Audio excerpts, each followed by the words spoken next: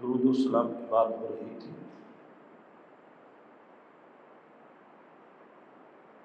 کہ جس میں حضور علیہ السلام کی تسلیم نے فرمایا عرضت علیہ الصلاۃ الا حتی یفرغ منها، تمہارا جو درود و سلام ہے، مولا علی قاری فرماتے ہیں اما بالمکاشفت، یا تو یہ درود و سلام حضور صلی اللہ علیہ وسلم براہ راست خود سنتے ہیں، او اما بواسطۃ الملائکۃ، یا فرشتے پہنچاتے ہیں۔ حدیث پاک میں دو طرح کے الفاظ موجود ہیں، حتی یبلغنی، بلغا یبلغ، تبلیغ کے معنی ہوتے ہیں پہنچانا، کہ یہاں تک کہ درود مجھ تک پہنچا دیا جاتا ہے، تو کوئی اور پہنچاتا ہوگا اور وہ فرشتے پہنچاتے ہیں۔ دوسرا ہے حتی بلغنی، بالغا یبلغ کے معنی ہوتے ہیں پہنچنا، یعنی درود مجھ تک پہنچ جاتا ہے۔ تو پتہ یہ چلا کہ نبی صلی اللہ علیہ وسلم تک درود و سلام پہنچنے کے دو ذرائع ہیں، ایک حضور صلی اللہ علیہ وسلم خود دیکھ بھی لیتے ہیں اور سن بھی لیتے ہیں، دوسرا ذریعہ کیا ہے کہ جبریل پہنچا دیتے ہیں، فرشتے جو سیاحین فرشتے ہیں اور نبی صلی اللہ علیہ وسلم کی ملازمت کر رہے ہیں کہ غلاموں کا درود و سلام وہ نبی صلی اللہ علیہ وسلم تک پہنچا دیتے ہیں۔ بات ایک اور ہے جو اصل سمجھنے کی بات ہے، وہ یہ ہے نبی مکرم صلی اللہ علیہ وسلم کی بارگاہ میں جب درود و سلام پہنچایا جاتا ہے، فرشتے پہنچاتے ہیں، نبی مکرم صلی اللہ تعالی علیہ وسلم کی بارگاہ میں، تو فرشتے نبی مکرم صلی اللہ تعالی علیہ وسلم کو درود پڑھنے والے کا نام بھی بتاتے ہیں اور درود پڑھنے والے کی نبی صلی اللہ علیہ وسلم اس کے ابا کا نام بھی بتاتے ہیں۔ فرشتے بتاتے ہیں کہ یا رسول اللہ صلی اللہ علیہ وسلم فلاں کے بیٹے نے آپ کی بارگاہ میں درود و سلام پیش کیا ہے۔ اب میرا سوال یہ ہے، یہ صحیح حدیث ہے، نبی مکرم صلی اللہ علیہ وسلم پر جو شخص بھی درود پڑھتا ہے اس نے تو کبھی اپنا نام نہیں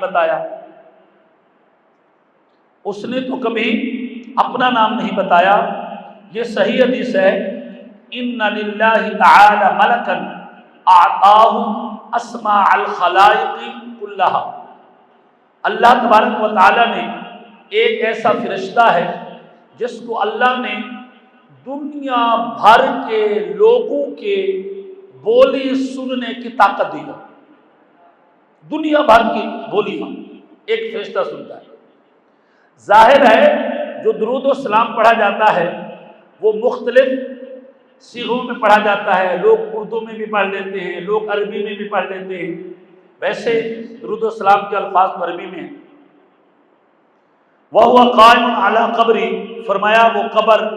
میری قبر شریف پر، بازار شریف پر کھڑا ہوا ہے فرشتہ، اِذَا مُتُّ إِلَىٰ يَوْمِ الْقِيَامَةِ، جب میں دنیا سے چلا جاؤں گا قیامت تک یہ میرے مزار پر کھڑا رہے گا۔ فَلَيْسَ أَحَدٌ مِّنْ أُمَّتِي، میری امت کوئی شخص ایسا نہیں ہے جو صلی علیہ صلاۃً، جو مجھ پر درود بھیجے، إِلَّا سَمَّاهُ بِاسْمِهِ وَاسْمِ أَبِيهِ، پہلے وہ مجھے بتاتا ہے کہ یہ درود و سلام سراج اور غلام محمد کا بیٹا، سراج اور غلام محمد کا بیٹا اس نے درود بھیجا، ریاض اور یعقوب بھائی کا بیٹا اس نے درود بھیجا ہے۔ سوال یہ ہے آپ میں سے کوئی شخص اور ہم میں سے کوئی شخص بھی جب درود پڑھتا ہے نہ وہ اپنا نام بتاتا ہے نہ اپنے ابا کا نام بتاتا ہے، اچھا فرشتوں نے یہ کیا ہوگا کہ انہوں نے جا کر کے نادرا سے ڈیٹا ہمارا لے کر رکھا ہوگا، نادرا سے ڈیٹا لا کے لے کر کے سامنے رجسٹر رکھا ہوا ہوگا کہ بھائی اب اس بندے نے درود پڑھا ہے، جلدی نکالو میں نادرا کا ڈیٹا۔ بھائی جب وہ میرا نام بھی جانتا ہے، میرے ابا کا نام بھی جانتا ہے، میں نے نام نہیں لیا اور وہ میرا نام بھی جانتا ہے، یہ صحیح حدیث ہے، وہ میرا نام بھی جانتا ہے، میرے ابا کا نام بھی جانتا ہے، دو طریقے ہو سکتے ہیں، یا تو پھر نادرا کا ڈیٹا انہوں نے چوری کیا ہوگا معاذ اللہ، تاکہ جب بھی درود و سلام کوئی پڑھے اور وہ جا کر کے دیکھے یہ کس کی اولاد ہے، کس قبیلے خاندان کا ہے۔ یا پھر ماننا پڑے گا اللہ تبارک و تعالیٰ کی حبیب صلی اللہ علیہ وسلم کی بارگاہ کے یہ جو ملازم صحابہ ہیں یہ تمہارا نام بھی جانتے ہیں، تمہارے ابا کا نام بھی جانتے ہیں، ملازم فرشتے ہیں، یہ تمہارا نام بھی جانتے ہیں، تمہارے ابا کا نام بھی جانتے ہیں۔ یار کمال کی بات ہے، صحیح حدیث سے یہ ثابت ہے کہ جو نبی کے گھر کا ملازم فرشتہ ہے، میں نے بتایا نہیں ہے وہ میرا نام جان گیا، میں نے بتایا نہیں ہے وہ میرے ابا کا نام جان گیا، اور اللہ تبارک و تعالیٰ نے اس فرشتے کو نبی صلی اللہ علیہ وسلم کے مزار پر کھڑا کر رکھا ہے۔ دور و دراز سے جتنے لوگ جس زبان میں جس وقت جو ہے نبی پر درود پڑھتے ہیں وہ فرشتہ سن بھی لیتا ہے، میرے ابا کا نام بھی جان لیتا ہے، میرا نام بھی جان لیتا ہے۔ جس کے بارگاہ میں کھڑے غلاموں کے علم کی، قدرت کی، سماعت کی یہ طاقت ہو، اس آقا کی قدرت کی، سماعت کی، تصرف کی اور علم کی طاقت کا خود اندازہ۔ علامہ روم رحمۃ اللہ علیہ نے لکھا ہے کہ ایک مرتبہ حضور صلی اللہ علیہ وسلم تشریف لائے وضو کرنے کے لیے، آپ نے اپنے نعلین شریف اتارا، یہ جو موزی اپنا سانپ ہے یہ نبی صلی اللہ علیہ وسلم کی نعلین کے اندر گھس گیا۔ حضور نے وضو کرنے کے لیے نعلین شریف اتارا، مولانا روم رحمۃ اللہ علیہ لکھتے ہیں کہ پھر وہ سانپ اندر گھس گیا، اتنے میں ایک اوپر سے چیل گزرا نا، چیل، وہ چیل جیسے ہی وجود مصطفیٰ کے سامنے آیا نا تو پھر آگے جانے کے بجائے وہ زمین پر جھنکا، وہ زمین کی طرف لپکا اور فی الفور جو ہے اس نے اس جو ہے نعلین شریف کے حصے کو اٹھایا جس کے اندر سانپ تھا اور وہ نیچے گر گیا اور وہ بھاگ گیا۔ مولانا روم رحمۃ اللہ علیہ فرماتے ہیں آپ ذرا چیل سے پوچھیں تمہیں کیسے پتا چلا کہ اس جو ہے چپل میں سانپ گھسا ہوا ہے، تیرا کام ہے تو پرندہ اڑتا ہوا چلا جا۔ تو مولانا روم رحمۃ اللہ علیہ فرماتے ہیں اس کی وجہ یہ ہے کہ وہ پرندہ جب وجود مصطفیٰ کو کراس کر رہا تھا اور وجود مصطفیٰ سے نور نکل کے آسمان کی طرف جا رہا تھا، درمیان میں آ گیا وہ پرندہ اور نور جو ہے اس کو کراس کر کے نکلا، اس نور کی وجہ سے اس پرندے نے چپل کے اندر چھپا ہوا سانپ بھی دیکھ لیا، چپل کے اندر چھپا ہوا سانپ بھی دیکھ لیا۔ اللہ کے بندو، مصطفیٰ صلی اللہ علیہ وسلم کے وجود کے ساتھ اگر وجود کے اوپر سے